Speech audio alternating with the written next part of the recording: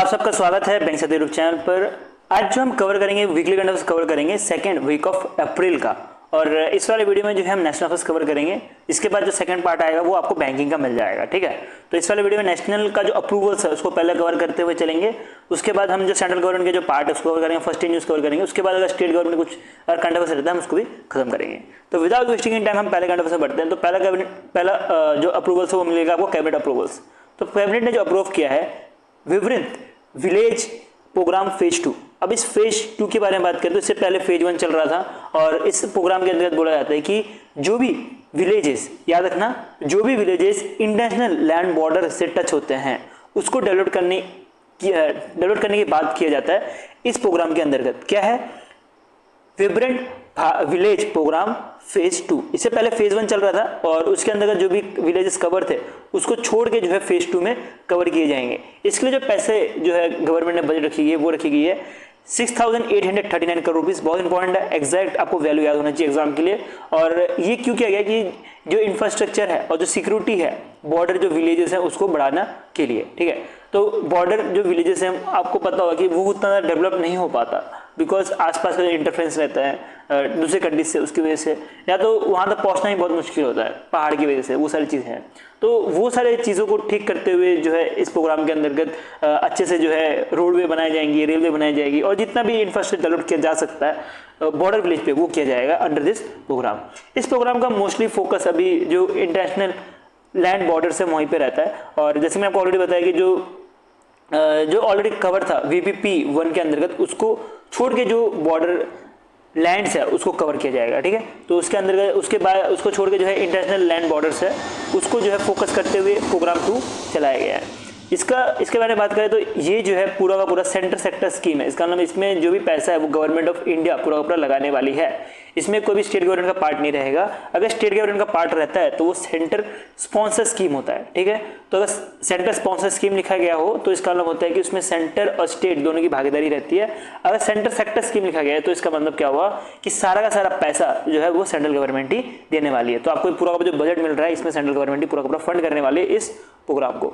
Next programme की बात करें या तो नेक्स्ट प्रोजेक्ट की बात करें तो वो आपको मिलेगा कि इंडियन रेलवे का मल्टी ट्रैकिंग प्रोजेक्ट है लॉन्च किया गया है। अब इसके लिए जो अप्रूवल दी गई है जिसके अंदर बोला जा रहा है कि 4 प्रोजेक्ट्स इसमें रहने वाले हैं और टोटल 15 डिस्ट्रिक्ट को कवर करेगा। कौन कौन से स्टेट्स के, महाराष्ट्र, उड़ीसा और छत्तीसगढ़, महाराष्ट्र और उड़ीसा के टोटल 4 स्टेट्स हैं और इसके अंतर्गत टोटल 4 प्रोजेक्ट्स को जो है कवर करेगा अंडर दिस प्रोजेक्ट, ठीक है। तो इसके लिए जो है कैबिनेट ने अप्रूव किया है। और बात करें बजट, बहुत important exam point of view से, तो वो आपको मिलेगा 18,658 करोड़ रुपए जो है बजट रखी गई है, ठीक है। तो एग्जैक्ट अभी एग्जाम बहुत दूर है, अभी RRPO की तैयारी कर रहे हो तो बहुत दूर है। अगर LIC AO की तैयारी कर रहे हो तो डेफिनेटली आपको ये सारे नंबर्स भी याद रखना है और SBI PO की तैयारी कर रहे हो तो भी आपको ये सारे नंबर्स याद रखना है। लेकिन अगर आप मान लीजिए कि आपका SBI PO नहीं निकला हो, ये बहुत बच्चों का नहीं निकला है, तो अगर आप RRPO की तैयारी कर रहे हो तो अभी इतना इंपॉर्टेंट नहीं है ये सारे जो आपको वैल्यूज याद रखना, आप भूल ही जाओगे। तो इससे बेटर है कि अभी ये सब छोड़ दो, वैल्यूज याद रखना बेटर है कि चीज़ें समझने के लिए कि कौन कौन से 4 प्रोजेक्ट लॉन्च किए गए हैं या जो प्रोग्राम लॉन्च किया गया है किस वजह से इसको लॉन्च किया गया, ये सब आपको ज़्यादा इंपॉर्टेंट है समझने के लिए। अब इसके अंदर बोलेंगे कि ये जो है रेलवे लाइन की कैपेसिटी बढ़ाएगा बाय एडिंग 1247 किलोमीटर और इंडियन रेलवे में बोला जा रहा है कि 12 मतलब 1247 जो है किलोमीटर बढ़ाने का काम करेगा अंडर दिस प्रोजेक्ट, ठीक है। तो इसके अंदर जो भी रेलवे लाइन है वो ज़्यादा से ज़्यादा बढ़ाया जाएगा और इम्प्रूव की जाएगी जो पैसेंजर और फ्रेट मूवमेंट है, ठीक है। तो इसका एम रहने वाला है। नेक्स्ट अगर कैबिनेट अप्रूवल के बारे में बढ़े तो कैबिनेट ने अप्रूव किया है 1600 करोड़ रुपए का एक स्कीम जो कि अंडर आता है modernisation of command area development and water management. क्या नाम है स्कीम का? Modernisation of command area development and water management. तो इसके अंतर्गत एक नया सब स्कीम लॉन्च किया गया है, ठीक है। तो सॉरी एक मिस्टेक हो गई यहाँ पे, हम देखते हैं वापस, ठीक है। तो यूनियन कैबिनेट ने जो है अप्रूव किया है 1600 करोड़ रुपए का नया स्कीम जिसका नाम इन्होंने रखा है modernisation of command area development and water management. और ये जो स्कीम है ये स्कीम आएगी अंडर प्रधानमंत्री कृषि सिंचाई योजना के अंतर्गत, ठीक है। तो ये योजना हमने ऑलरेडी जो स्कीम PDF है हमने वहाँ पे कवर करवाया हुआ है, तो इसके बारे में हम नहीं पढ़ेंगे, वीडियो तो लंबी हो जाएगी क्योंकि हमारा काम है कि आपको शॉर्ट में जो इंपॉर्टेंट न्यूज़ है उसको कवर कराया जाए, ज़्यादा टाइम ना लिया जाए। नहीं हमारा PDF ऐसा है कि आपको इनरिलेवेंट कंटेंट देते हैं, ना ही हमारा जो वीडियो रहने वाला है वो भी ऐसा इनरिलेवेंट कंटेंट वाइज कुछ भी जाने वाला है, ठीक है। तो हम टू द पॉइंट बात करेंगे और जितना कम टाइम में आपको जितना ज़्यादा कंटेंट जो है आपको पढ़ा पाए उतना ज़्यादा पढ़ाने की कोशिश करेंगे। अगर बात करें तो स्कीम के बारे में, तो इसको जो है 2025 से लेकर 2026 तक इसको चलाया जाएगा। जो है नया स्कीम लॉन्च किया गया है, सब स्कीम लॉन्च किया गया, इसको 2025 से 2026 तक चलाया जाएगा। अब स्कीम के बारे में बढ़े तो ये स्कीम करेगा क्या? ये स्कीम का काम होगा कि जो भी इरिगेशन नेटवर्क है उसको मॉडर्नाइज करने का। क्या करना है कि जो भी इरिगेशन नेटवर्क है उसको मॉडर्नाइज किया जाएगा under modernisation of command area development and water management programme के अंतर्गत। अब ये जो स्कीम है या प्रोग्राम है ये किसके अंतर्गत आता है? ये आता है PMKSY के अंतर्गत, और इसको 1 साल के लिए चलाया जाएगा, 2025 से 26 तक इसको चलाया जाएगा। इसके अंतर्गत बोला जा रहा है टोटल 78 पायलट सिटीज हैं जिसको सेलेक्ट किए जाएंगे, और टोटल 80,000 कितने 80,000 फार्मर्स को जो है बेनिफिट करने वाला है। एग्जैक्ट डेटा याद रखना इतना इंपॉर्टेंट नहीं रहता कि एग्जाम पॉइंट ऑफ व्यू से 80,000 फार्मर्स हो गए, लेकिन आपको ये पता होना चाहिए कि टोटल 78 पायलट सिटीज के लिए जो है इसको चलाया जाएगा। ये इंपॉर्टेंट हो जाता है एग्जाम के लिए, ठीक है। अगर स्टेटमेंट बेस्ड क्वेश्चन आ गया जो कि RRB PO का जो फेवरेट है, तो उस केस में आपसे यहाँ से क्वेश्चन बन सकते हैं। अब इंपॉर्टेंट क्या है कि इसमें आपने एक चीज देखी होगी, मॉडर्नाइज इरिगेशन नेटवर्क। अभी मॉडर्नाइज कैसे किया जाएगा उसको हम देखते हैं। इसमें बोला जा रहा है कि ये जो है स्काडा यूज करेगा। स्काडा का full form supervising control and data acquisition. SCADA में जो भी चीजें होती है वो ऑटोमेटिक हो जाती है, तो मॉडर्नाइजेशन की जाएगी by using SCADA. And then second thing is internet of things. इसके बारे में पता ही होगा, IoT। अब IoT और स्काडा की हेल्प से जो भी वाटर मैनेजमेंट है वो रियल टाइम में हो पाएगा, और इसके वजह से जो प्रमोट हो पाएगा माइक्रो इरिगेशन, ठीक है। और बोला जा रहा है कि इसमें अंदर जो भी प्रेशराइज अंडर वाटर पाइपलाइन है उसको बिठाया जाएगा, और ये कुछ 1 हेक्टर ऑफ लैंड में बिठाया जाएगा, ठीक है। ये चीज़ इंपॉर्टेंट है एग्जाम के लिए। और अभी इसको जैसे मैंने आपको बताया कि पायलट बेसिस पे चलाया जाएगा, और बाद में इसको फुल फ्लेज में जो है चलाया जाएगा national plan for command area development and water management के द्वारा, ठीक है। तो मान सकते हो कि अभी इसको पायलट बेसिस में चलाया जाएगा 1 साल के लिए, 2025 से लेकर 2026 तक। उसके बाद जो है इसको फुली फ्लेज जो है लॉन्च किया जाएगा under national plan for command area development and water management के, और इसको लॉन्च किया जाएगा अप्रैल 2026 के, जो कि फाइनेंशियल ईयर जो भी नया चालू हो जाएगा वहाँ से, मतलब 16 फाइनेंशियल ईयर पीरियड से जो है चालू हो जाएगा। अभी कौन सा चल रहा है फाइनेंशियल ईयर? अभी जो चल रहा है वो 15 चल रहा है। इसके बाद जो है 15 के बाद जो है 16 आने वाला है, वहाँ पे जो है इस स्कीम को चलाया जाएगा, जिसके ऊपर जो है कैबिनेट ने अप्रूवल दे दी है। और टोटल कितने रुपए की अप्रूवल दी गई है? 1600 करोड़ रुपए की अप्रूवल दी गई है, ठीक है। तो एग्जाम का बहुत इंपॉर्टेंट पॉइंट है, और जो भी चीज़ें हैं आपको इस वाले स्लाइड में सबको समझ आ गया होगा, ठीक है। तो जिसको एक क्विजेस लगाने हैं तो आपको जो क्विज एरिना ग्रुप है वहाँ पे आपको क्विज भी मिल जाते हैं, और इवन हम तो डेली क्विजेस करवाते हैं जो फ्री वाले ग्रुप है वहाँ पे भी, ठीक है। नेक्स्ट चलते हैं कुछ अप्रूवल्स जो कि गवर्नमेंट की तरफ से है, जो यूनियन कैबिनेट ने ना दिया हो वो सारे अप्रूवल्स कवर करते हैं। तो पहला आपको अप्रूवल मिलेगा प्राइम मिनिस्टर नरेंद्र मोदी जी ने, कि प्राइम मिनिस्टर नरेंद्र मोदी ने अप्रूव किया है पनबन रेल ब्रिज। एक तरह से नया ब्रिज बन रहा है तमिलनाडु में। अब इस ब्रिज की स्पेशलिटी क्या है उसके बारे में पढ़ते हैं। ये इंडिया का पहला वर्टिकल लिफ्ट सी ब्रिज है, ठीक है। तो इंपॉर्टेंट पॉइंट है क्या है, ये इंडिया का पहला वर्टिकल लिफ्ट सी ब्रिज है। इसके लिए जो है टोटल 8300 करोड़ रुपए जो है इन्वेस्ट करने की बात की गई है by prime minister Narendra Modi ji. और ये जो है ब्रिज रामेश्वरम जो तमिलनाडु है यहाँ पे बनेगा। अब नाम से जैसे आपको पता लग रहा होगा कि ये वर्टिकली लिफ्ट किया जाएगा इस ब्रिज को। आपने टावर ब्रिज के बारे में नाम सुना हो जो लंदन में है। टावर ब्रिज में कैसा रहता है, एक छोटा सा एक ड्राइंग बनाते हैं, ड्राइंग तो इसमें से अच्छा बन नहीं पाता पर ट्राई करते हैं। टावर ब्रिज का बारे में नाम सुना होगा, जहाँ पे 2 ब्रिज रहती है, जहाँ से अगर कहीं शिप आती है, शिप कैसे बनाए हम, ये मान लीजिए ये शिप है, ठीक है। तो अगर कोई शिप अगर एंट्री करती है तो वो ऐसे ऊपर आ जाती है, ठीक है। तो ये होती है टावर ब्रिज, जो कि लंदन में आपने जरूर देखा होगा इसके बारे में। तो ये होता है टावर ब्रिज। लेकिन वर्टिकल लिफ्ट सी ब्रिज क्या होता है, मान लीजिए कि ये ब्रिज है, ठीक है। तो सॉरी, इस ब्रिज को जो है केबल से लटकाया जाएगा। अब जब भी कभी शिप आएगी तो उस केस में ये ब्रिज जो है अपलिफ्ट हो जाएगा, ठीक है। तो उस केस में ब्रिज जो है ऊपर हो जाएगा और शिप को पास होने दिया जाएगा, उसके बाद वो ब्रिज वापस से लग जाएगा। तो ये ऐसा इंडिया का पहला वर्टिकल लिफ्ट सी ब्रिज बना है, ठीक है। और ये जो है कनेक्ट करेगा जो रामेश्वरम आइलैंड है। रामेश्वरम आइलैंड की बात करें तो तमिलनाडु से थोड़ा सा बाहर बनता है, और इसके लिए बहुत बड़ा ब्रिज है। तो वैसे एक नया कुछ ब्रिज बना रहे हैं, और ये जो है मंदापम जो है उसको कनेक्ट करता है, ठीक है। तो रामेश्वरम से मंदापम को जो है कनेक्ट करने की कोशिश करेगा। और जो मैं आपको ऑलरेडी बताया कि एक बहुत बड़ा लंबा ब्रिज है जो कि कनेक्ट करता है इस दोनों मेनलैंड और आइलैंड को। तो इसको कनेक्ट करने के लिए जो ब्रिटिश एरा का जो ब्रिज था वो चलता था अब तक, लेकिन अब जो है ये इंडिया का पहला वर्टिकल ब्रिज जो है इसको रिप्लेस कर देगा, ठीक है। और नेक्स्ट बात करें कि एक तरह से नया सर्विस फ्लैग ऑफ भी किया है, एक नया ट्रेन सर्विस भी फ्लैग ऑफ किया है, जो कि एग्जाम के लिए 10 पॉइंट है नहीं, तभी थोड़ा बहुत देख लेते हैं इसके बारे में भी। तो इसके बारे में बात करें तो ये रामेश्वरम जो रूट है यहाँ से चलने वाला है, और तम्बरम जो कि चेन्नई में है इसको कनेक्ट करेगा, ठीक है। और बात करें तो ये एक तरह का नया रोड ब्रिज रहने वाला है, ठीक है।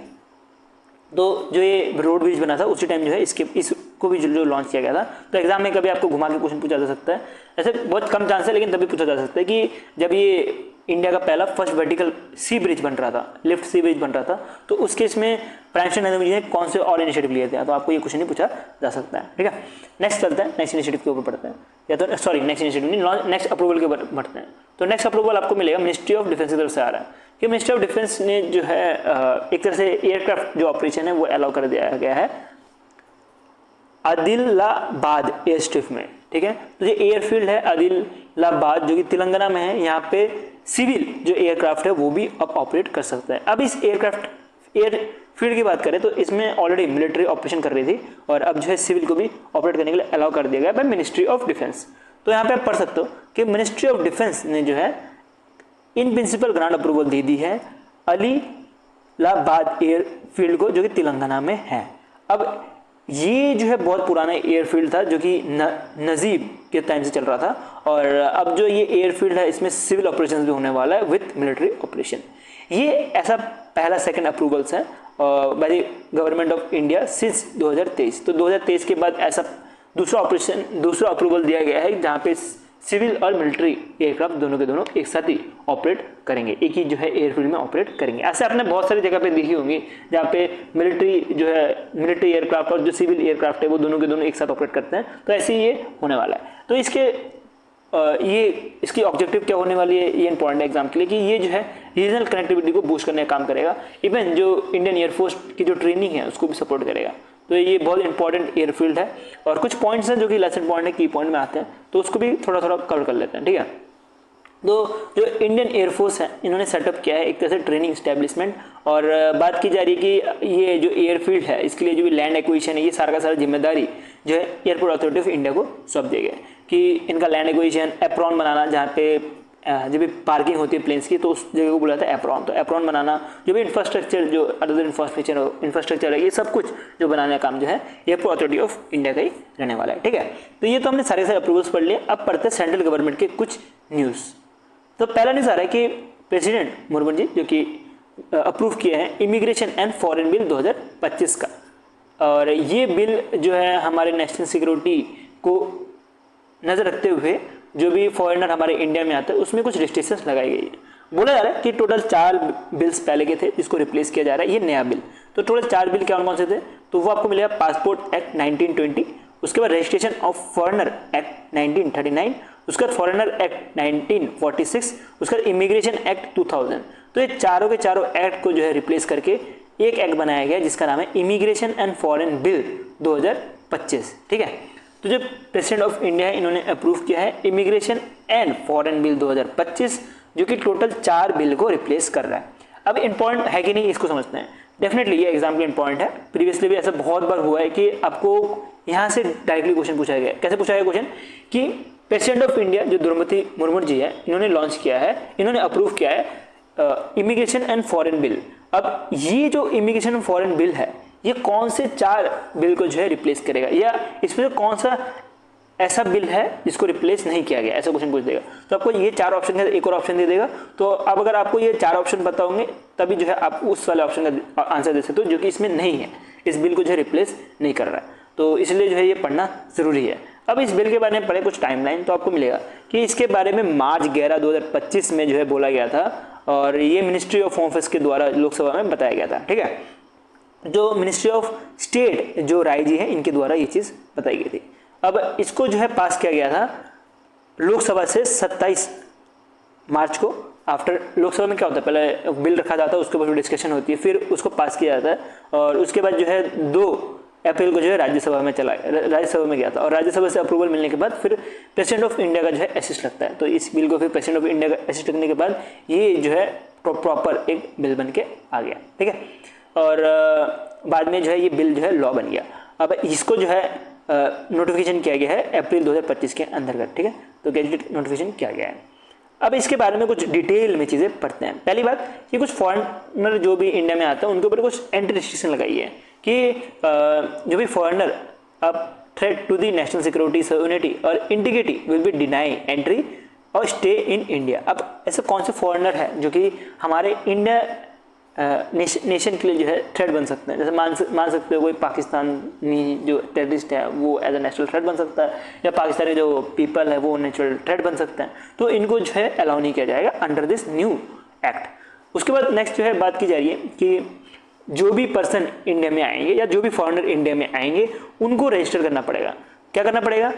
Foreigner must register upon arrival. जब भी इंडिया में वो आएंगे उनको जो है रजिस्टर करना अनिवार्य है, मतलब मैंडेटरी है। और इवन उनको रिस्ट्रिक्शन है कि उनको अगर एक जगह से दूसरी जगह जाना है तब भी अप्लाई ऑन मूवमेंट। अब मान लीजिए कोई पर्सन है जो दिल्ली में उतरा है और उसको मान लीजिए कि मुंबई जाना है, तो उस केस में उसको बताना पड़ेगा, ठीक है। तो उनको रिस्ट्रिक्शन रहेगी ओनली ऑन मूवमेंट, ये चीज़ याद रखनी है। और नाम भी चेंज नहीं कर सकते अपना, इवन एक्सेस भी नहीं है कुछ एरियाज पे। तो ये सारी रिस्ट्रिक्शन जो है गवर्नमेंट ने लगाई है। अगर उनको जाना है तो उस केस में उनको गवर्नमेंट से अप्रूवल लेनी पड़ेगी, ठीक है। तो मूवमेंट में भी रिस्ट्रिक्शंस है, ये चीज़ भी आपको याद रखना, एग्जाम के लिए इंपॉर्टेंट है। उसके बाद नेक्स्ट चलते हैं, इसमें कुछ पेनल्टी भी लगाई है। अगर इनवैलिड एंट्री होती है, अगर कोई बॉर्डर पार करके नीचे से आ रहा हो, सुरंग से आ रहा हो, या कुछ इनलीगली जो है एंट्री लेने की कोशिश कर रहा हो, और या तो इनवैलिड जो डॉक्यूमेंट्स है उसके द्वारा जो है एंट्री लेने की कोशिश किया जा रहा हो।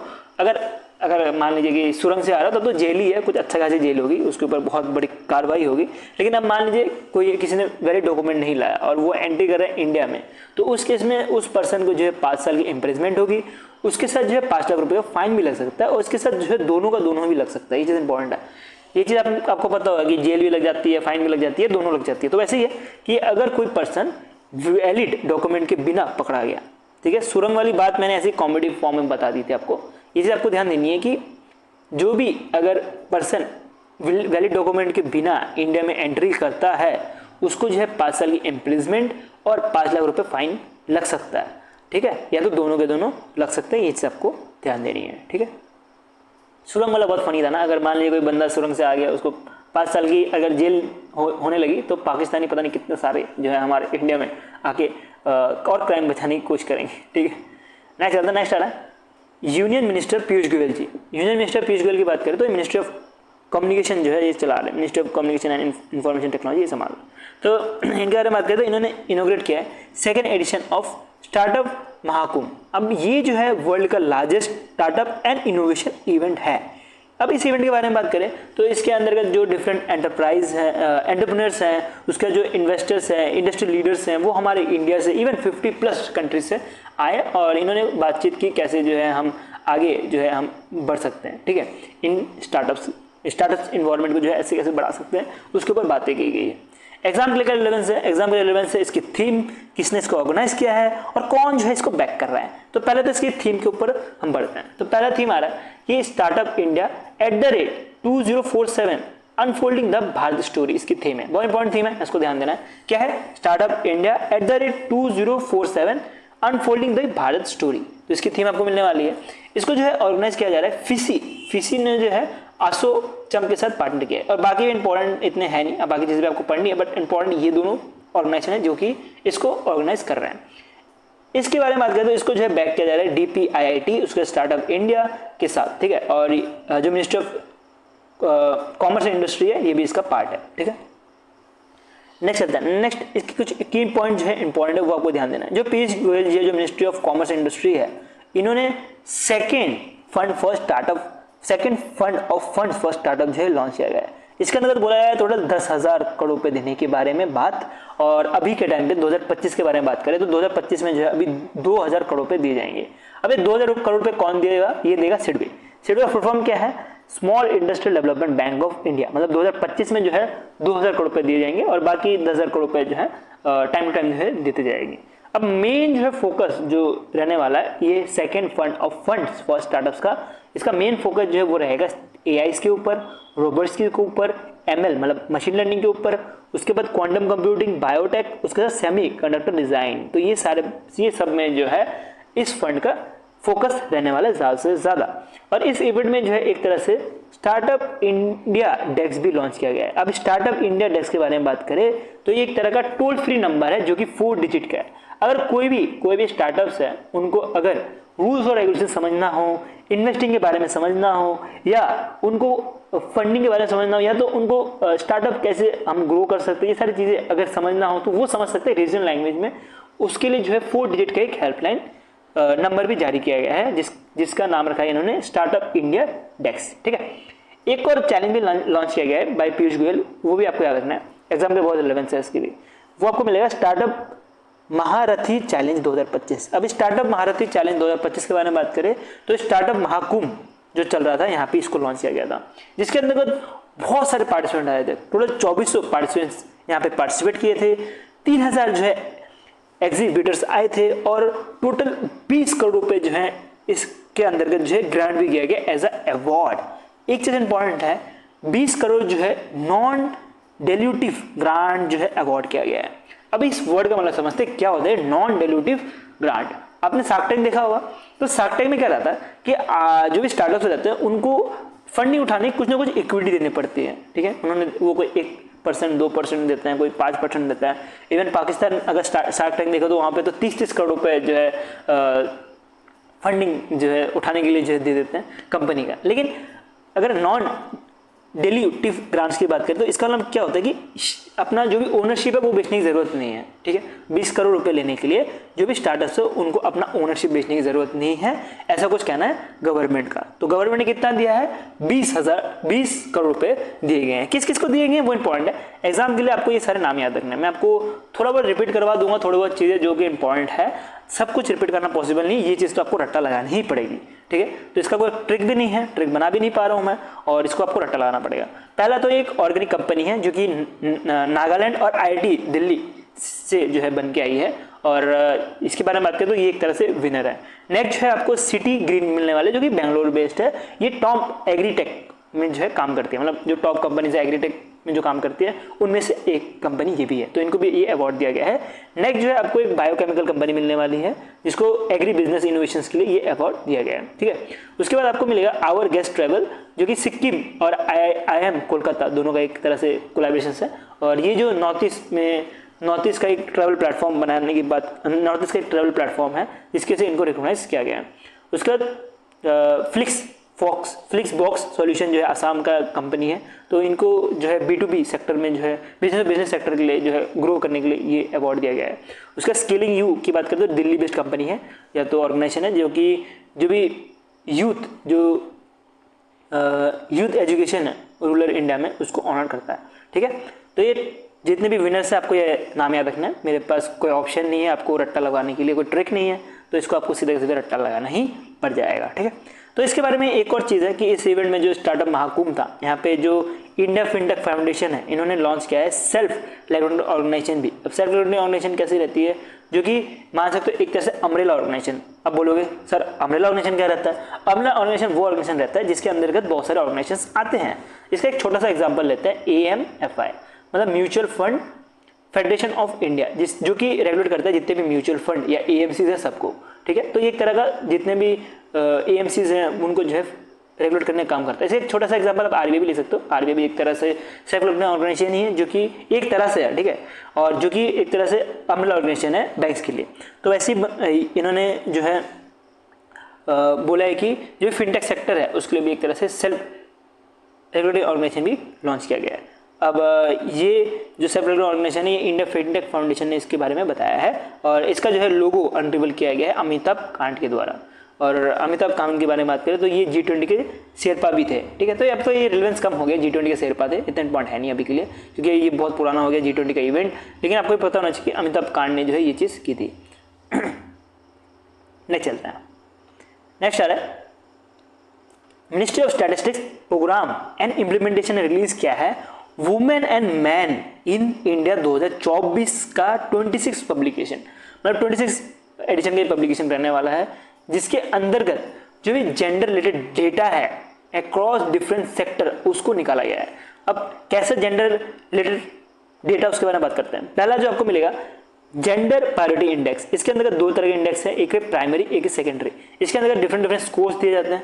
जैसे प्राइमरी की बात करें तो 1.02 रखा गया है फॉर 2020-21 के लिए। अब वो जो है बढ़ चुका है 1.03 के पास, और ये मोस्टली जो प्राइमरी जो फोकस किया जाता है, सॉरी, और जितना जो है रेट कम होगा, जितना जो है 1 के सामने ये रेट रहने वाला है, उतना ही जो है जेंडर गैप रहने वाला है दो जेंडर्स के बीच में, मैन और वुमेन के बीच में। नेक्स्ट जो है सेकेंडरी में आप देखोगे तो ऑलरेडी ये जेंडर गैप बढ़ चुका है पहले से, पहले जो था वो 0.99 था और अब जो है 1.02 है, ठीक है। तो अब इसका स्कोर जो है बढ़ चुका है। और अगर लेबर पार्टिसिपेशन के बारे में बात करें तो लास्ट 15 ईयर का जो है डेटा उठाया गया है, और इंपॉर्टेंट क्या एग्जाम्पल है उसको हम कवर करते हैं। इसमें जो आपको मिलेगा 2017-18 में जो लेबर पार्टिसिपेशन थी वो आपको 49.8% मिलने वाली है, और 2023-24 तक आते आते ये लेबर पार्टिसिपेशन और ज़्यादा बढ़ चुकी है। तो वुमेन की जो है लेबर पार्टिसिपेशन अच्छी खासी हुई है, इसे आपको ध्यान देनी है, ठीक है। तो ये एक तरह से अच्छा भी है और एक तरह से खराब भी है कि वुमेन की पार्टिसिपेशन जो है लेबर ऑर्गेनाइजेशन में बढ़ रही है, ना कि जो व्हाइट कॉलर जॉब्स है वहाँ पे बढ़ रही है, ठीक है। तो व्हाइट कॉलर जॉब्स में बढ़ने की जगह लेबर पार्टिसिपेशन बढ़ रही है, बट अच्छी ये है कि कम से कम वुमेन्स को भी जो है काम मिल रहा है पहले से, जितना पहले नहीं मिलता था उससे ज़्यादा जो है काम मिल रहा है। उसके बाद बात करें कि जो वुमेन इन बैंकिंग है, इसमें आपको मिलेगा डेटा कुछ 39.2% जो है अकाउंट जो है वुमेन ही होल्ड करती है, और टोटल जो है डिपॉजिट 39.7% का जो है वुमेन के पास ही है, ठीक। तो ये पॉइंट डेटा याद रखना कि कितना परसेंट है इनके पास, 39.2% रहने वाला। नेक्स्ट आता है, नेक्स्ट आ रहा है मिनिस्ट्री ऑफ रूरल डेवलपमेंट ने जो है एक वेबिनार जो है लॉन्च किया गया है लखपति दीदी, और जो SRML है उसके लिए, जो स्टेट रूरल मैनेजमेंट और ऑर्गेनाइजेशन उनके लिए। तो इसको जो है इम्प्लीमेंट किया गया था बजट 2025-26 में, इसके बारे में बात की थी, और अब जो है फाइनली इसके बारे में कुछ कुछ चीज़ें आ रही है। तो हम कुछ कुछ चीज़ें जो भी आ रही है उसको हम कवर करते हैं। पहली जो चीज़ आ रही है वो आपको मिलेगा कि जो मिनिस्ट्री ऑफ रूरल डेवलपमेंट है इन्होंने लॉन्च किया है एंटरप्राइज प्लानिंग डिजिटल टूल, और ये जो एंटरप्राइज प्लानिंग डिजिटल टूल है इसको लॉन्च किया गया है लोक OS ऑपरेटिंग सिस्टम के द्वारा। अब ये लोक OS ऑपरेटिंग सिस्टम क्या है उसको पहले हम कवर करते हैं, फिर हम आगे बढ़ेंगे। लोक OS मतलब लोक OS का जो लोक है उसका मतलब है पीपल, OS का मतलब हो गया ऑपरेटिंग सिस्टम। ये एक तरह का सिस्टम है जिसके अंतर्गत जो भी कम्युनिटी बेस्ड ऑर्गेनाइजेशन है, जैसे सेल्फ हेल्प ग्रुप हो गया या विलेज ऑर्गेनाइजेशन हो गई या क्लस्टर लेवल फेडरेशन हो गई, तो ये सबको जो है कनेक्ट करने का काम करता है, ठीक है। और ये आप इमेज से भी देख सकते हो, मैं थोड़ा सा जूम कर देता हूँ यहाँ पे, ठीक है। तो आप देख सकते हो इस इमेज में कि ये जो ऐप है इसके अंदर आप सेल्फ हेल्प ग्रुप के बारे में समझ सकते हो कि सेल्फ हेल्प ग्रुप में कितने मेंबर्स हैं, इन्होंने कितना पैसा जो है जमा लिया है, कितना लोन लिया है, ये सारी चीज़ें जो है आपको इस वाले ऐप में मिल जाएगी, ठीक है। तो जितने भी स्टेट्स हैं, जो भी विलेज हैं, वो सबका जो है डेटा इस वाले ऐप में एक ही जगह मिल जाती है, जहाँ पे different different self help group, village organisation या CLF जो भी हैं वो सारे के सारे एक ही जगह कनेक्ट हो पाते हैं, ठीक है। तो एक तरह से एक कम्युनिटी बेस्ड OS सिस्टम है जो कि गवर्नमेंट ने बनाया था। तो इसी OS में जो है enterprise planning digital tool launch किया गया है, और इस टूल के बारे में बात करें तो ये हेल्प करेगा लखपति दीदीज को कि वो अपना जो भी बिजनेस है उसको प्लान कर पाए। इवन कोई भी अगर गवर्नमेंट स्कीम लॉन्च करता है जो कि वुमेन्स को हेल्प कर सकती है, वुमेन एंटरप्राइज को हेल्प कर सकते हैं, वो भी एक्सेस कर सकता है बाय यूजिंग दिस टूल। उसके साथ उनका जो प्रोग्रेस है वो समझ सकते हैं, इवन रूरल एंटरप्राइज में कैसे ग्रो किया जाए वो भी समझ सकते हैं by using this digital tool, ठीक है। इसके साथ ही अगर कोई लखपति दीदी है, अगर उनको कुछ चीज़ें समझनी हो, कैसे जो है हम जैसे आपने सुना होगा एक कंप्यूटर दीदी करके भी लॉन्च किया गया है बाय द गवर्नमेंट। उसके अंतर्गत कंप्यूटर दीदी के अंदर क्या बोला गया कि जो भी वुमेन्स है उनको कंप्यूटर सिखाया जाएगा, उनको जो है कैफे में बिठाया जाएगा, और उसके साथ ही जो है जो राशन शॉप है वहाँ पे बिठाने के लिए वुमेन्स को जो है गवर्नमेंट ने कुछ इनिशिएटिव लिए गए हैं। और तो ये सारी चीज़ें अगर किसी वुमेन को अगर असिस्टेंट चाहिए होगा तो वो ये हेल्पलाइन नंबर दबा के जो है वो असिस्टेंट ले सकता है। एक्सेप्ट बहुत मुश्किल है कि आपको एग्जाम में इससे क्वेश्चन पूछा जाए कि आपको फ़ोन नंबर जो है क्या है, बट आपको पूछा जा सकता है कि कोई टोल फ्री नंबर लॉन्च किया गया तो किसके लिए लॉन्च किया गया, तो ये पता होना चाहिए वुमेन को जो है लखपति दीदी बनाने के लिए इसको लॉन्च किया गया। उसके बाद जो PM जन्म है, ठीक है, तो उसके अंतर्गत जो है कनेक्टिविटी देने की बात की गई है त्रिपुरा उड़ीसा में, और जो भी ट्राइबल पीपल्स हैं उनके लिए ही जो है ये स्कीम लॉन्च की गई थी। और इसके बारे में बात कर ज़्यादा पुराना स्कीम है नहीं, इसके बारे में हमने ऑलरेडी स्कीम PDF में पढ़ चुका है, और ये जो वेनरेबल ट्राइबल ग्रुप्स हैं उन्हीं के लिए जो है स्पेशली बनाया गया है, ठीक है। उसके बाद बात करें जो प्रधानमंत्री ग्राम सड़क योजना 3 है वो जो है अप्रूव किया गया है। अब ये जो प्रधानमंत्री ग्राम सड़क 3 योजना है ये मोस्टली फोकस करेगा मणिपुर, मिजोरम, हिमाचल प्रदेश एंड उत्तराखंड। कौन से 4 स्टेट्स? मणिपुर, मिजोरम, हिमाचल प्रदेश एंड उत्तराखंड को जो है फोकस करने वाला है प्रधानमंत्री ग्राम सड़क योजना 3। ठीक है, ये इंपॉर्टेंट न्यूज़ है, ये आपको कवर करना है। ठीक है, नेक्स्ट चलता है, नेक्स्ट न्यूज़ बढ़ते हैं। तो नेक्स्ट न्यूज़ आ रहा है ministry of skill development enterprise ने जो है पार्टनर किया है वर्ल्ड इकोनॉमिक फोरम के साथ और दोनों मिलकर जो है इंडिया स्किल्स एक्सेलेरेटर प्रोग्राम जो है लॉन्च किया गया है न्यू दिल्ली में। इसके बारे में बात करें तो ये जो है एक तरह से पब्लिक और प्राइवेट प्लेटफॉर्म होने वाला है जिसके अंतर्गत जो भी इंडिया का स्किलिंग चैलेंज है उसको एड्रेस किया जाएगा। आपको पता होगा कि कॉलेज में जो स्टूडेंट्स है वो ग्रेजुएट तो हो जाते हैं लेकिन स्किल की कमी होती है जिसकी वजह से नौकरी नहीं मिल पाती। तो ये जो है इंडिया स्किल एक्सेलेरेटर जो है वही हेल्प करेगा नौकरी दिलाने में। इसके अंतर्गत जो पब्लिक है मतलब जो गवर्नमेंट है वो तो साथ देगी ही देगी, उसके जो प्राइवेट के जो प्लेटफॉर्म्स है वो भी साथ देने वाली है। तो इसमें आपको जो है कुछ की जो लीडर्स है वो आपको नाम याद रखना है। एक तो है जयंत चौधरी जी जो कि ministry of skill development and enterprise के मिनिस्ट्री हैं, ये लीड कर रहे हैं। उसके साथ जो मिनिस्ट्री ऑफ एजुकेशन और ministry of development of north east India है उसके जो यूनियन मिनिस्टर है मजुमदार जी वो भी जो है इसको लीड कर रहे हैं। तो ये 2 नाम आपको याद रखना है गवर्नमेंट की तरफ से। और प्राइवेट की तरफ से आपको कौन से 2 नाम याद रखना है? जो अपोलो हेल्थ केयर जो भी रहता है इनका, तो इनके जो सीईओ हैं वो लीड कर रहे हैं और बजाज फाइनेंस की तरफ से जो संजीव बजाज है ये लीड कर रहे हैं। तो ये 2% के नाम भी आपको याद रखना है, बहुत इंपॉर्टेंट है एग्जाम के लिए। ठीक है, कुछ की फोकस एरियाज जहाँ पे ये लोग काम करने वाले हैं।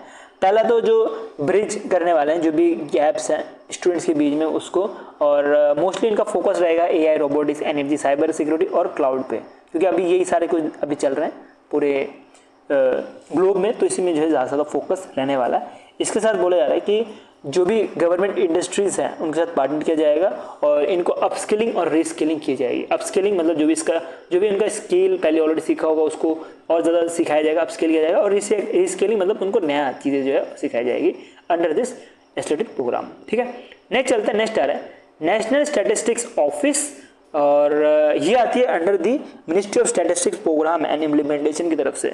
तो इन्होंने 3 तरह के लॉन्चेस किए हैं, तो ये 3 तरह के लॉन्चेस हम एक ही बार में कवर कर लेते हैं। पहला जो है लॉन्च किया है माइग्रो डेटा पोर्टल, जो है इसको रिवैम्प किया गया है। ठीक है, तो ऑलरेडी लॉन्च था ये पोर्टल, इसको थोड़ा बहुत कुछ चेंजेस किया गया है। क्या चेंजेस किया गया है कि अब जो भी नॉर्मल पर्सन है या तो कोई आम आदमी है उनको अगर डेटा सेट, अगर उनको डेटा चाहिए हो जो इकोनॉमिक सर्वे है उसके ऊपर, या तो जो इंडिया का जो नेशनल सर्वे होता है उसके ऊपर, या तो सेंसस के ऊपर, तो वो सब कुछ जो है अवेलेबल हो पाएगा माइक्रो डेटा पोर्टल के अंतर्गत। नेक्स्ट जो है लॉन्च किया है वो लॉन्च किया गया national statistics system training academy website. अब इस वेबसाइट की बात करें तो एक तरह का वेबसाइट है जिसके अंतर्गत कोई भी पर्सन को अगर स्टैटिस्टिकली ट्रेनिंग चाहिए हो तो वो दी जाएंगी। अब कोई भी पर्सन का मतलब ये नहीं कि हर कोई, ठीक है, जो भी इनके एम्प्लॉयज रहने वाली है national statistics system training academy के जो भी इनके जो स्टूडेंट्स है जो भी इनके साथ ट्रेन कर रहे होंगे उनको जो है स्टैटिस्टिक्स ट्रेनिंग दी जाएगी अंडर दिस वेबसाइट। ठीक है, तो इस वेबसाइट में जो भी ट्रेनिंग अवेलेबल होनी चाहिए इनके जो स्टूडेंट्स हैं इस एकेडमी के वो दिया जाएगा। नेक्स्ट जो है एक तरह से मशीन लर्निंग और AI based classification tool launch किया है, जिसके अंतर्गत अगर कोई भी पर्सन को इकोनॉमिक एक्टिविटी के ऊपर जो है क्लासिफिकेशन चाहिए तो वो ले पाएंगे, और इसके अंदर जो नेशनल इंडस्ट्रियल क्लासिफिकेशन है उसको भी यूज़ किया जाएगा। इसके साथ ही जो नेशनल स्टैटिस्टिक्स ऑफिस है इन्होंने अनाउंस किया है, सॉरी ये अनाउंस किया नहीं है ऐसे क्या, तो ये सॉरी क्या मैं बोल रहा था, हाँ, नेशनल स्टैटिस्टिक्स ऑफिस जो है इन्होंने ये जो भी लॉन्चेस किए गए हैं, ये 3 तरह के लॉन्चेस किए गए हैं, इसको लॉन्च किया गया है conference of state government ministry on statistical system, जो एक तरह का मीटिंग हो रहा था यहाँ पे, एक तरह कॉन्फ्रेंस हो रहा था यहाँ पे, इसके बारे में बताया। ठीक है, उसके साथ जो एनएसओ है इन्होंने लॉन्च किया डिजिटल इनिशिएटिव, और इसके अंदर बोला गया कि जो डेटा सिस्टम्स है उसको बढ़ाया जाएगा। मतलब मोस्टली जो डेटा सिस्टम्स हैं उसको और ज़्यादा सिंप्लीफाई या तो और ज़्यादा बढ़ाने के लिए जो ये सारे इनिशिएटिव्स लिए जा रहे हैं। नेक्स्ट चलता है, नेक्स्ट बहुत इंपॉर्टेंट न्यूज़ है, ये आ रहा है investor education and protection fund authority की तरफ से जो कि मिनिस्ट्री ऑफ कॉर्पोरेट अफेयर्स के अंडर आता है। तो इन्होंने लॉन्च किया है सेकेंड फेज ऑफ निवक्सक दीदी इनिशिएटिव। अब निवक्सक दीदी इनिशिएटिव के बारे में बात करें तो ये फेज 2 का इनिशिएटिव है, जिसके अंतर्गत जो फाइनेंशियल लिटरेसी है among the women in rural and semi urban area उसको बूस्ट करने का काम करता है। तो इसके अंतर्गत बोला गया है कि ये ट्रेन करेगा जो पोस्टल वर्कर वुमेन्स हैं उनको, और उनको जो है सिखाया जाएगा कि कैसे जो है डिजिटल फ्रॉड से बचा जाए, कैसे जो है डिजिटल बैंकिंग की जाए, कैसे जो है सेविंग करनी चाहिए, कैसे जो है रिस्पॉन्सिबल हम इन्वेस्टिंग कर सकते हैं। तो ये चीज़ें सिखाई जाएगी, और ये पोस्टल वुमेन जो भी सिखाया जाएगा ये बाद में जाके और वुमेन्स को सिखाएंगे, ठीक है। तो इसी के लिए जो है investor education and protection fund authority ने जो है पार्टनर किया है इंडियन पोस्ट पेमेंट बैंक के साथ। तो इंपॉर्टेंट चीज़ है कि इंडियन पोस्ट बैंक के साथ पार्टनर किया है investor education and protection fund of India, और इन्होंने जो है एक तरह से मेमोरेंडम ऑफ एग्रीमेंट साइन किया है, जिसके बोलते हैं short form MOA। Memorandum of agreement के अंतर्गत जो भी एग्रीमेंट है दोनों के बीच में कैसे क्या क्या काम करना है वो जो है साइन किया गया है ये दोनों के बीच में। अब ऐसा नहीं है कि जैसे कि आपको पता लग रहा है कि ये जो फेज 2 है, तो इसके पहले जो है फेज 1 लॉन्च किया हुआ था, तो उसको भी हम पढ़ लेते हैं। एग्जाम के लिए रिलेवेंस क्या है, फेज 2 है, फेज 1 से बहुत कम चांस है कि आपको क्वेश्चन पूछा जाए। तो फेज 1 के बारे में बात करें तो फेज 1 में बोला गया था कि टोटल 55,000 प्लस जो है पीपल जो है पार्टिसिपेट करेंगे, जो ये फाइनेंशियल लिटरेसी कैंप है इनका जो इंडियन पोस्ट पेमेंट बैंक का इसमें, और टोटल उसमें से जो है 60% जो है वुमेन रहेगी। तो इनका ये कहना था, और इसमें से बोला गया कि 3 में से जो है 2 बेनिफिशियरी को जो है हेल्प किया गया है अंडर दिस कैंप, और जो कि बहुत ज़्यादा डीप रूरल एरिया से आते हैं, ठीक है। तो बहुत ज़्यादा डीप रूरल एरिया से आते हैं, उसमें से 2 में से 3 को जो है बेनिफिट किया गया है, ऐसा कुछ कहना है फेज 1 का। अब फेज 2 के बारे में बात करें तो फेज 2 में कहना है कि रोज 4,000 फाइनेंशियल लिटरेसी कैंप बैठाया जाएगा, जहाँ पे जो वुमेन जो पोस्टल वर्कर्स है जहाँ जिनको ट्रेन किया गया है इनको ही भेजा जाएगा। और ये जो है टोटल 40,000 वुमेन जो ट्रेन होंगे तो उनको जो है निवेशक दीदी बोला जाएगा, और ये जो है लीड करेंगे इस कम्युनिटी कैंप को। तो ये जो है बाकी जो वुमेन्स हैं उनको कैसे जो है फाइनेंशियल प्रिवेंशन होना चाहिए वो सिखाया जाएगा, उसका रिस्पॉन्सिबल इन्वेस्टिंग, उसका जो सेविंग वो भी सिखाई जाएगी अंडर दिस इनिशिएटिव, ठीक है। ये आपको याद रखना, बहुत इंपॉर्टेंट है एग्जाम के लिए। नेक्स्ट जो राम मोहन नायडू जी है जो मिनिस्ट्री ऑफ सिविल एविएशन से आती है, तो सिविल एविएशन आते हैं, तो इन्होंने लॉन्च किया है एक तरह से लैब जिसका नाम है digital flight data recorder and cockpit voice recorder. और ये बात करें तो ये एक तरह का ब्लैक बॉक्स लैब है। अब ब्लैक बॉक्स के बारे में पता होगा कि जो भी फ्लाइट में बात होती है, जो भी पायलट बात करता है वो जो है ब्लैक बॉक्स में जाता है। तो ये इसी के लिए जो है एक तरह से प्रॉपर एक तरह से ब्लैक बॉक्स का एक लैब बनाया गया है, जिसके अंतर्गत बोला जा रहा है कि 9 करोड़ रुपये इन्वेस्ट करेंगे गवर्नमेंट, और ये जो है हॉल सपोर्ट करेगा, हिंदुस्तान एरोनॉटिकल लिमिटेड जो है इसको सपोर्ट करते हुए जाएगा। और बोला जा रहा है कि ये जो है एनहेंस करेगा aviation safety bye enhancing black box repairing. तो ब्लैक बॉक्स को रिपेयर किया जाएगा, उसके साथ जो डेटा रिकवरी है या जो एक्शन इन्वेस्टिगेशंस हैं उसको जो है हेल्प करेगा। और ये जो भी चीज़ें हैं ये अलाइंड है with international civil aviation organisation से। जैसे हमारे इंडिया में कौन संभालता है, जो भी रूल्स और रेगुलेशंस होती हैं वो संभालता है BCA। तो वैसे ही कुछ जो है इंटरनेशनल सिविल एविएशन जो है ये पूरा का पूरा रूल्स और रेगुलेशंस डालती है। तो इस जो एयरपोर्ट अथॉरिटी ऑफ इंडिया है तो इनका जो है रूल्स रहता है, उसके ऊपर जो है इंटरनेशनल रूल भी रहता है एविएशन सेक्टर को, जो कि ICAO जो है लगाता है। ये चीज़ आपको ध्यान देनी है, ठीक है। तो राम मोहन नायडू की बात करें तो इन्होंने लॉन्च किया एविएशन कैरियर गाइडेंस प्रोग्राम भी, और ये जो है इंडियन एविएशन एकेडमी में लॉन्च किया गया है। अब मुझे एक बात बताओ, आप जब 11th-12th में थे तो आपको पता था कि आप पायलट कैसे बन सकते हो, आपको पता था कि आप डॉक्टर कैसे बन सकते हो, आप इंजीनियर कैसे बन सकते हो। इवन बहुतों को तो पता नहीं होगा, मेरे को नहीं पता था इंजीनियर कैसे बन सकते हैं, बट इंजीनियर बन गए लास्ट में। वैसे आपको पता होगा कि आप बैंक में कैसे जा सकते हो, गवर्नमेंट सेक्टर जॉब में कैसे जा सकते हो, ये चीज़ थोड़ा बहुत पता लग जाता है 11th-12th में। लेकिन बहुत कम लोग होते हैं जिनको पता होता है कि पायलट कैसे बना जाता है। अगर उनको पायलट बनना हो तो उसी के लिए जो है ये aviation career guidance programme launch किया है, जिसके अंतर्गत जो भी क्लास 11-12 के स्टूडेंट्स हैं उनको समझाया जाएगी कैरियर कैसे बनाया जाए एविएशन सेक्टर में। और इसका मतलब ये नहीं कि सिर्फ पायलट के लिए, उसके जो ATC में कैसे जाया जाए, उसके जो एयरपोर्ट मैनेजमेंट है उसमें कैसे जाया जाए, तो उसके जो है प्रॉपर प्रोग्राम जो है लॉन्च किया गया है ministry of civil aviation. Next scheme के बारे में पढ़े तो वो आ रहा है पालना स्कीम जो है इंडिकेट किया गया है जो मिशन शक्ति था उसके ऊपर। अब पालना स्कीम का काम क्या है उसके बारे में पहले पढ़ते हैं। तो पालना स्कीम का काम रहने वाला है जो भी वुमेन, जो भी वर्किंग वुमेन्स हैं उनको हेल्प करने, जो वर्किंग मदर्स हैं उनको हेल्प करने के लिए कि उनको जो है डे केयर फैसिलिटी दी जाए जो भी उनके चिल्ड्रंस हैं उनको, ठीक है। तो ये चिल्ड्रन जो भी 6 मंथ से 6 ईयर तक है उनको डे केयर फैसिलिटी देने के लिए जो है पालना स्कीम लॉन्च किया गया है, ठीक है। तो इसके अंदर जो भी इनका न्यूट्रिशन, हेल्थ और जो भी इम्यूनाइजेशन है उसको जो है फोकस करते हुए ये प्रोग्राम लॉन्च किया गया, या तो ये स्कीम लॉन्च किया गया है, ठीक है। तो इसको ये स्कीम, पालना स्कीम का जो है नाम चेंज करके नेशनल, ये जो भी वर्ड है श्री स्कीम, ठीक है, थोड़ा मैं प्रोनाउंसिएशन में थोड़ा खराब है तो उसको मैनेज कर लेना। तो ये स्कीम को लॉन्च किया गया है और इसके अंतर्गत जो स्टेट और सेंटर है इसका इनिशिएटिव रहने वाला, ठीक है। तो ये एक तरह का इनिशिएटिव है जिसके अंतर्गत जो सेंटर है, स्टेट है, दोनों के दोनों पैसे लगाएंगे। तो एक तरह का सेंटर सेक्टर स्कीम रहने वाला। इसके अंदर सेंटर जो है 40% जो है पैसा लगाएगा और बाकी सेंटर जो है 60% पैसा लगाएगा, बाकी जो है 40% जो है स्टेट गवर्नमेंट लगाने वाली है, ठीक है।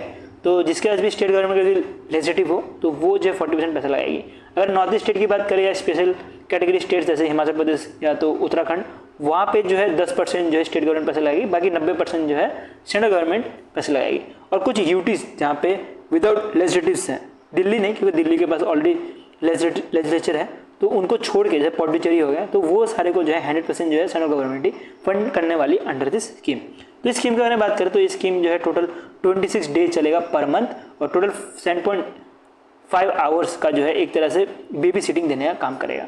इसके अंदर बोला जा रहा है टोटल हर एक जो भी इनका सेटअप रहने वाला है उसके अंतर्गत 25 जो है चिल्ड्रन को जो है सिलेक्ट किया जाएगा हर पर्सनल केयर के लिए। और ये 2 तरह के इसके कुछ टाइप्स हैं। पहला टाइप के अंतर्गत एक वर्कर और एक हेल्पर रहने वाला है और दूसरा जो है टाइप है आंगनवाड़ी के जो आंगनवाड़ी जो रहती है वो हेल्प करने वाली है। तो इसके अंतर्गत आपको मिलेगी कुछ आंगनवाड़ी के जो एडिशनल वर्कर्स है वो मिलने वाले हैं और जो एग्जिस्टिंग आंगनवाड़ी के जो स्टाफ है वो भी इस प्रोग्राम में हेल्प करेंगे, ठीक है। तो बहुत इंपॉर्टेंट न्यूज़ है, इसको थोड़ा गो थ्रू कर लेना। और सॉरी थोड़ा प्रोनाउंसिएशन में थोड़ा खराब है तो इसको मैनेज कर लेंगे, ठीक है। नहीं चलते, नेक्स्ट आ रहा है यूनियन मिनिस्टर सोनोवाल जी। तो यूनियन मिनिस्टर सोनोवाल जी ने जो है एक तरह का डिजिटल पोर्टल लॉन्च किया, डेडिकेटेड डिजिटल पोर्टल लॉन्च किया जिसको डेवलप किया गया है भाई inland waterway authority of India के द्वारा, जो भी business of doing easy of doing business है उसको हेल्प करेगा। इसके साथ जो प्राइवेट इन्वेस्टमेंट है उसको भी बढ़ावा देने का काम करेगा इनलैंड वाटर ट्रांसपोर्ट पर। अब इसके बारे में कुछ की इनिशिएटिव्स के बारे में बात करें तो पहली चीज़ ये है कि इधर एक तरह से नया डिजिटल पोर्टल लॉन्च किया जिसका नाम है नेशनल वाटरवे रेगुलेशन 2025। अब ये डिजिटल पोर्टल जो है लॉन्च किया गया है, इसके अंतर्गत जो भी प्राइवेट और पब्लिक एंटिटीज़ हैं वो अपना एनओसी ले सकती है कि वो अपना खुद का टर्मिनल बना पाए, ठीक है। अगर मान लीजिए कि खुद का टर्मिनल बनाना हो, खुद का डॉक बनाना हो तो वो बना पाएंगी इस पोर्टल के थ्रू। नेशनल वाटरवे रेगुलेशन 2025 जो पोर्टल लॉन्च किया है इसके थ्रू, ठीक है। और एप्लीकेबल टू बोर्ड जो एग्जिस्टिंग टर्मिनल है या तो जो नए टर्मिनल है तो किसी को परमानेंट टेम्परेरी सबको जो भी है उन सबको जो है एप्लीकेबल है। ये मोस्टली क्यों किया गया है कि जो प्राइवेट इन्वेस्टमेंट है वो बढ़ पाए और ज़्यादा से ज़्यादा जो है टर्मिनल हमारे इंडिया में डेवलप भी हो पाए, उसी के लिए जो है बनाया गया है। इसमें इंपॉर्टेंट एक और चीज़ है कि इसमें एक तरह से डिजिटल एनओसी जो है इशू किया जाएगा। पहला डिजिटल एनओसी भी इशू किया जाएगा, नॉन ऑब्जेक्टिव सर्टिफिकेट भी इशू किया जाएगा by issue for jetty construction, jetty construction, ठीक है। जेटरी या जटरी क्या बोलते हैं इसको, जेटरी बोलते होंगे, जेटरी कंस्ट्रक्शन। तो इसके अंतर्गत क्या रहता है, जेटरी का कंस्ट्रक्शन मतलब समझते हैं, ये कंस्ट्रक्शन के अंतर्गत जो भी कंस्ट्रक्शन होता है वो सी में होता है, ठीक है। तो सी में जो है फ्लोट करते हुए एक कंस्ट्रक्शन की जाती है उसको बुलाया जाता है जेटरी कंस्ट्रक्शन। इसके बारे में ना ऑलरेडी आपको पिछले वीडियो में बहुत अच्छे समझाया था, तो अभी टाइम वेस्ट का मतलब नहीं बनता, तो इसलिए जो है एनओसी दे दिया गया है और बोला जा रहा है कि ये जो नया पोर्टल है ये सेटअप किया जाएगा। जो भी जेटरीज हैं जेटी है वो गोवा, फिर महीम और मंदूरी जो रिवर है यहाँ पे, ठीक है। मंदूरी रिवर की बात करें तो नेशनल वाटरवे 68 के अंतर्गत आती है। यहाँ पे जो है ये 3 लोकेशन में जो है इसको एनओसी देने के लिए अलाउ कर दिया गया है। इसके अंदर इन्वेस्टमेंट 8 करोड़ रुपये का लगने वाला है और ये पहला एनओसी है जो कि प्राइवेट एंटिटी को दी जाएगी, ये भी चीज़ आपको ध्यान देनी है। नेक्स्ट चलते हैं, नेक्स्ट आ रहा है one nation one RRB plan. ये बहुत बड़ा न्यूज़ है जो कि गवर्नमेंट ने लॉन्च किया कि हर एक स्टेट में जो है वन नेशन ने one state one RRB plan, हर एक स्टेट में जो है एक ही आरआरबी रहेगा। आपको पता होगा कि बहुत सारे स्टेट ऐसे हैं जहाँ पे एक से ज़्यादा आरआरबीस हैं, तो बोला जा रहा है कि वो सारे आरआरबीस को जो है एक आरआरबी बनाने के लिए, मतलब हर एक स्टेट में सिर्फ एक ही आरआरबी रहेगा। इसके बारे में डिपार्टमेंट ऑफ फाइनेंशियल सर्विस जो कि अंडर आती है मिनिस्ट्री ऑफ फाइनेंस के, इन्होंने बताया। तो इन्होंने अनाउंस किया है कि मर्जर ऑफ 26 आरआरबीस अक्रॉस 11 स्टेट्स। अभी कितने आरआरबीस हैं बताइए, अभी कितने आरआरबीस हैं? अभी आरआरबीस है टोटल 43। बहुत सारे स्टेट्स ऐसे हैं जहाँ पे एक से ज़्यादा आरआरबीस हैं। बोला जा रहा है ये 43 नंबर को रिड्यूस करके 26 आरआरबी बनाया जाए, और जितने भी एक आरआरबी हो तब तो ठीक है, लेकिन अगर 2 आरआरबी हो 3 आरआरबी हो उनको मर्ज करने के लिए बोला गया है by department of financial service. और बोला जा रहा है कि ये किया जा रहा है अंडर दी one state one RRB policy के अंतर्गत, और ये इफेक्टिव हो जाएगा 1 मई 2025, जो कि एक बहुत बड़ा बुरी खबर है वो स्टूडेंट्स के लिए जो कि आरआरबी की प्रिपरेशन कर रहे होंगे। और आरआरबी में अब वैकेंसीज और भी ज़्यादा गिरते हुए दिखेंगी।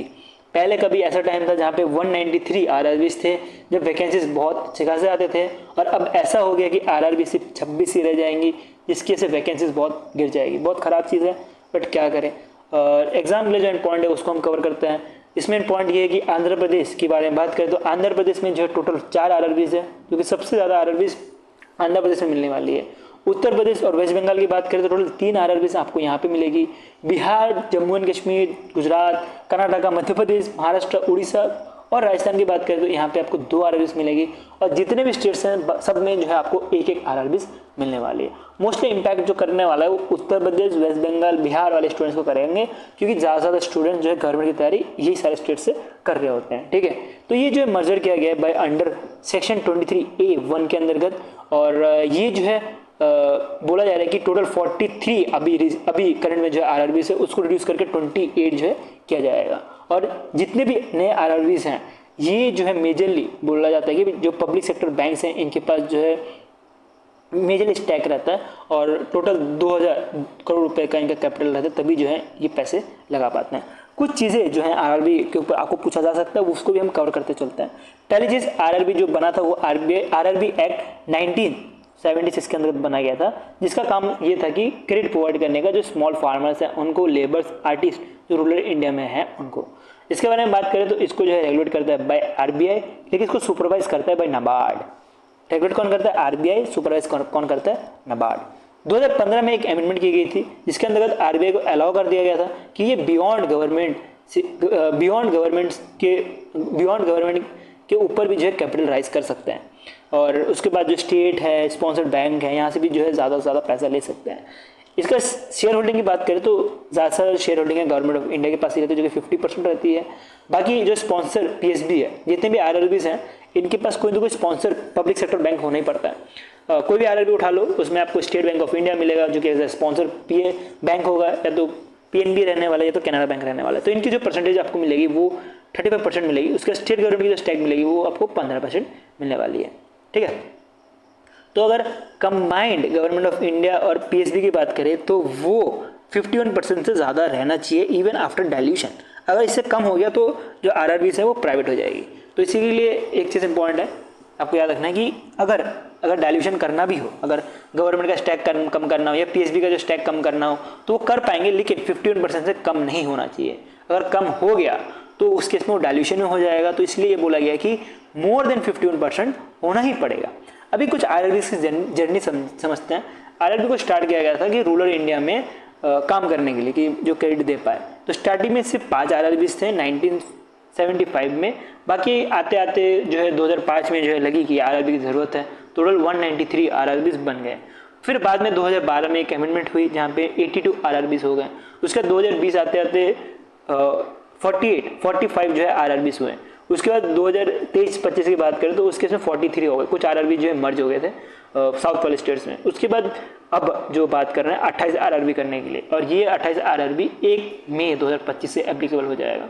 बहुत ख़राब न्यूज़ है, बहुत बुरा लग रहा है वो स्टूडेंट के लिए जो कि बहुत टाइम से तैयारी कर रहे हैं। उनको अच्छा खासा वैकेंसीज मिलते थे आरआरबीज के थ्रू, बट अब मुझे लग रहा है ये भी थोड़े कम हो जाएंगे।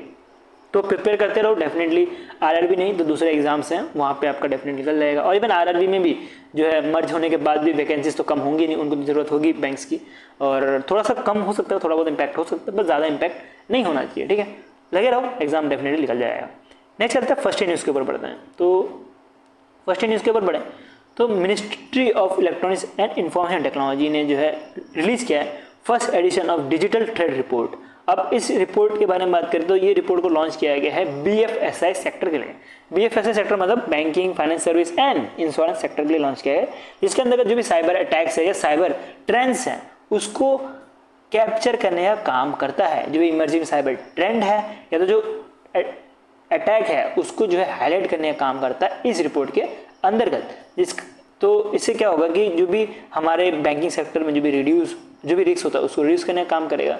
इवन हम कैसे जो है डिफेंस कर सकते हैं साइबर सिक्योरिटी या एथिकल हैकिंग के थ्रू, वो जो है करने का काम करेगा। इसके बारे में बात करें तो इस रिपोर्ट को जो है प्रिपेयर किया गया है CRRT इनके द्वारा। उसके साथ ही जो है computer security incident response team finance sector के इन्होंने भी जो है पार्टनर करके इसको जो है रिपोर्ट को बनाया गया है। ठीक है, तो बहुत इंपॉर्टेंट न्यूज़ है, इसको आपको पढ़ना बहुत ज़रूरी है। नेक्स्ट चलता है फर्स्ट न्यूज़ में बढ़े तो ये इंडिया का पहला और वर्ल्ड का second Himalayan high altitude atmospheric and climate research centre बनाया गया है। इसका काम क्या रहने वाला है? इसका काम रहने वाला है कि वेदर को एनालाइज करना नॉर्थ वेस्टर्न हिमालयज में। कहाँ पे? नॉर्थ वेस्टर्न हिमालयज में जो है वेदर को जो है एनालाइज करने का काम रहने वाला है इस सेंटर का। अब इस सेंटर के बारे में बात करें तो इस सेंटर को जो है बनाया जा रहा है नाथा टॉप में। अभी नाथा टॉप कहाँ पे? नाथा टॉप जो आपको जम्मू कश्मीर मिलने वाली है। क्यों नाथा टॉप को सेलेक्ट किया गया है? ये इंपॉर्टेंट है। नाथा टॉप को ही क्यों सेलेक्ट किया गया है? क्योंकि नाथा टॉप जो है ये क्लीन एयर है, उसके साथ लो पॉल्यूशन है, इसी के लिए जो है इसको सिलेक्ट किया गया, जिसकी वजह से जो भी ट्रोपोस्फेरिक एटमॉस्फेरिक प्रोसेस है उसको स्टडी किया जाए फ्रीली। इंपॉर्टेंट न्यूज़ है कि आपको पता होगा डिफरेंट लेयर्स होते हैं, ट्रोपोस्फेयर, सेटोस्फेयर, एक्सोस्फेयर। तो उसमें से जो ट्रोपोस्फेयर लेयर है वो क्लीन एयर रहने की वजह से जो है नाथू टॉप को सिलेक्ट किया गया, जो कि जम्मू एंड कश्मीर में है, जिसकी वजह से जो वेदर को एनालाइज किया जाए नॉर्थ वेस्टर्न हिमालयज में। और इसके लिए जो है ये सेंटर बनाया गया है by ministry of science and tech. Next चलते हैं ICMR की तरफ से न्यूज़ आ रहा है, मतलब Indian council of medical science की तरफ से न्यूज़ आ रहा है कि ये जो है first inter ministerial study scientific study जो है बनाने वाली है, जिसके अंतर्गत बोला जा रहा है कि जो भी जोनेटिक स्पिल ओवर रहता है जो ह्यूमन और बर्ड की वजह से जो हमारे इन्फेक्शंस होती है, तो उसके लिए एक तरह से स्टडी करने वाली है। ठीक है, तो कैसे जो है बर्ड हमारे ह्यूमन को जो है इम्पैक्ट कर सकता है, ये बर्ड और ह्यूमन का इंटरफ्रेंस की वजह से क्या हो सकता है, उसी के लिए लॉन्च किया गया है ये स्टडी। ठीक है, तो ये इंडिया का पहला अर्ली वार्निंग सिस्टम जो है रहने वाला है। अगर कुछ आउटब्रेक हो जाता है, जैसे आपको पता है कोरोना बढ़ा क्यों था, ऐसा बोलना है कि चमगादड़ की वजह से बढ़ा था, तो बर्ड की वजह से बहुत सारी डिजीज़ होती है ह्यूमंस को, तो वो डिजीज़ को जो है पहली फाइंड करने के लिए अर्ली वार्निंग सिस्टम की तरह ये स्टडी काम करने वाला है। स्टडी है तो रिपोर्ट जो है काम करने वाला है। और बात करें कि अभी जो है 3 स्टेट्स में इसको चलाया जाएगा, मोस्टली फोकस रहने वाला है। एक तो आपको सिक्किम मिलने वाला है, दूसरा महाराष्ट्र और तीसरा तमिलनाडु। तमिलनाडु में 2 लोकेशंस हैं, 2 बर्ड सेंचुरीज हैं, जहाँ पे ये मई 2025 से ये लागू होने वाला है। ठीक है, तो इंपॉर्टेंट न्यूज़ है, इसको भी आपको कवर करते चलना है। अब ICMR की बात करें तो ICMR ने जो है पार्टनर किया है with ministry of environment, forest and climate change, और उसके बाद ministry of health and family welfare and ministry of agriculture के साथ भी। तो ये 3 मिनिस्ट्री के साथ पार्टनर करके इन्होंने ये जो साइंटिफिक स्टडी है इसको रिलीज किया गया है।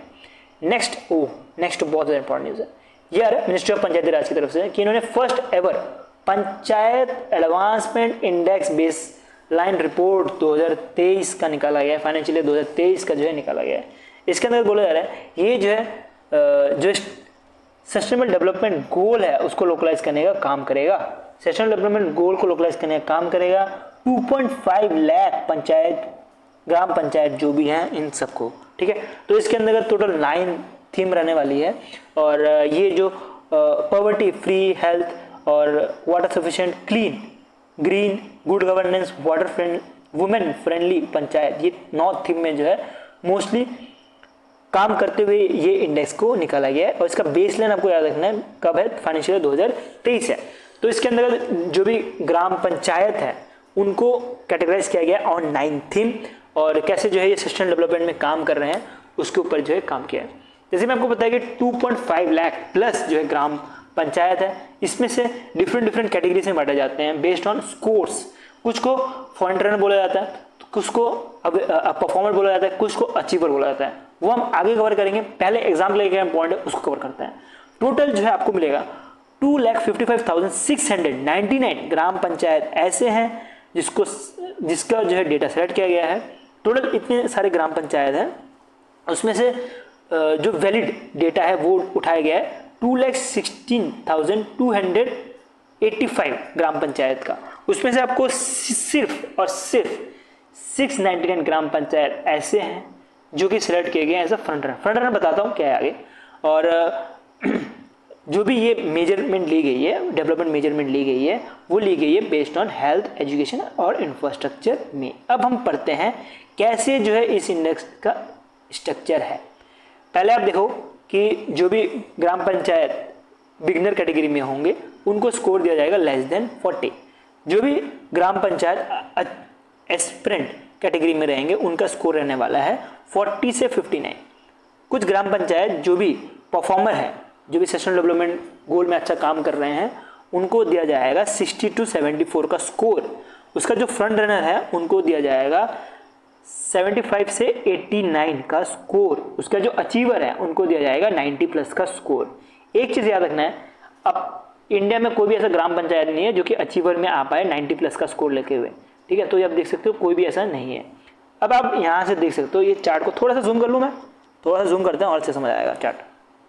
तो चार्ट में आप देखोगे जो फ्रंट रनर है ना वो बहुत कम है, ना के बराबर जो है फ्रंट रनर है। आप देख सकते हो जो वाई एक्सिस है ये नंबर ऑफ ग्राम पंचायत है, और जो एक्स एक्सिस है वो आपको परफॉर्मेंस इंडेक्स मिलने वाला है। तो अचीवर में तो कोई है नहीं, मैंने आपको ऑलरेडी बताया 0 जो अचीवर है। फ्रंट रनर कुछ है, कितने फ्रंट रनर है मैंने आपको बताया 699 जो है फ्रंट रनर है। उसका बात करेंगे जो परफॉर्मर है वो कितने हैं, परफॉर्मर आपको 20,000 के आसपास मिलने वाले हैं।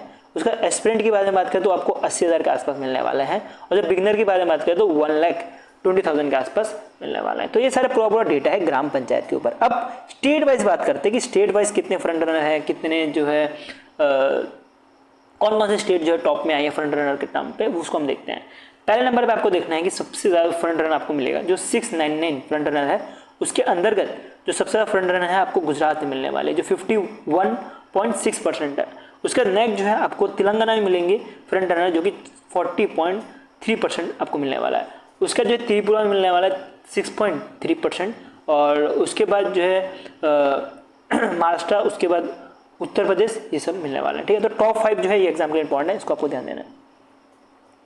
अब मैंने इधर आपको लिख के भी दे दिया जिसके सबको समझने में हेल्प हो, जो कि एग्जाम के लिए रिलेवेंस बनता है। जैसे फ्रंट रनर जो टॉप में आते हैं वो गुजरात है। टोटल बहुत फनी है कि 699 आप देख सकते हो 50% से ज़्यादा जो है गुजरात में ही है। तो टोटल 346 जो है ग्राम पंचायत गुजरात की तरफ से आती है। तेलंगाना से 270 ग्राम पंचायत जो गुजरात की तरफ से आती है, और त्रिपुरा से 42 ग्राम पंचायत ऐसी है जो गुजरात की तरफ से आती है एज अ फ्रंट रनर। और सबसे ज़्यादा परफॉर्मर की बात करें तो वो भी गुजरात से मिलेगा, आपको 13,000 के आसपास परफॉर्मर मिलने वाले हैं, और फिर 12,000 के आसपास महाराष्ट्र में मिलने वाली है एज अ परफॉर्मर। और तेलंगाना की बात करें तो 10,000 के आसपास, फिर MP है, फिर उत्तर प्रदेश है, ठीक है। तो डेटा मैंने आपको देख नहीं रखा है क्योंकि एग्जाम के लिए रिलेवेंट बनता नहीं है और आप याद रख भी नहीं पाओगे। तो इससे बेटर यही है कि आप इसका रैंक याद रखो रादर देन डेटा। कुछ इंपॉर्टेंट डेटा जो कि एग्जाम के लिए इंपॉर्टेंट है, कुछ इंपॉर्टेंट डेटा जैसे कि पंचायती राज, टोटल 11,000 पंचायती राज ऐसे हैं 5 स्टेट्स के जिसका डेटा नहीं लिया गया है, अब तक कंप्लीट नहीं है। उसमें आपको मिलेगा मेघालय, नागालैंड, गोवा, पुडुचेरी और वेस्ट बंगाल में इसके जो भी पंचायती राज है इसको इंक्लूड नहीं किया। ये इंपॉइंट एग्जाम पॉइंट ऑफ व्यू से इसको ध्यान देना है। इसके साथ ही जो 2.16 वैलिड पंचायत है इसको रिकॉग्नाइज किया गया एज अ परफॉर्मर। और एस्पिरेशन की बात करें तो 61.2%। ये सब तो आपको ऑलरेडी जो चार्ट है वहाँ से तो पता लग गया होगा कितने % पे है। और नेक्स्ट जो है फर्स्ट न्यूज़ के बारे में बात करें तो जसपे जो है इंडिया का पहला यूनिकॉर्न बन चुका है 2025 का। कभी कभी एग्जामिनर आपको ये भी क्वेश्चन पूछ लिया जाता है कि पहला यूनिकॉर्न कौन है इंडिया का 2025 के हिसाब से, तो आपको पता होना चाहिए जसपे है वो। और जसपे की बात करें तो इन्होंने 60 मिलियन का जो है फंड राइजिंग की गई थी इन सीरीज दी फंडिंग में। और ये जो